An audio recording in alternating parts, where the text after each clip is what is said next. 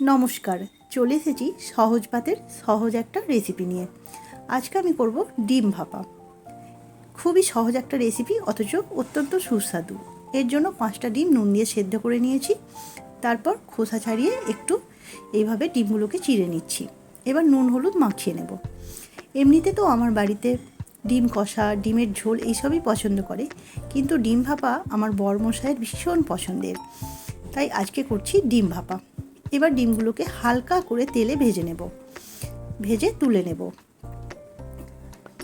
এবার এর জন্য একটা পেস্ট বানিয়ে নিতে হবে।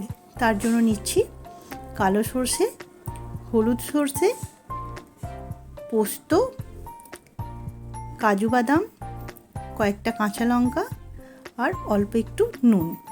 এবার মিহি করে পেস্টটা বানিয়ে নেব। আমার বরমশাই বলে, পোস্ত আর সর্ষের এই পেস্ট দিয়ে কোনো রান্না করলে তার ঐতিহ্যটাই নাকি আলাদা হয়ে যায়। যাই হোক, একটা টিফিন কৌটোর মধ্যে সমস্ত বাটা মশলা নিয়ে নিলাম আর একটু জল দিয়ে দিলাম। এবার দিয়ে দিলাম একটু হলুদ গুঁড়ো, লঙ্কার গুঁড়ো আর চিনি। তারপর ভেজে রাখা ডিমগুলোকে সাবধানে এর মধ্যে রেখে দেব।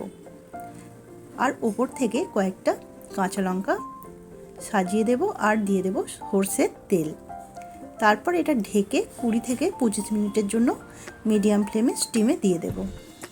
25 মিনিট পর ঢাকা খুলে একটু ঠান্ডা করে নিয়ে তারপর এটা খুললেই রেডি। সত্যি এটা অসাধারণ খেতে হয়েছিল।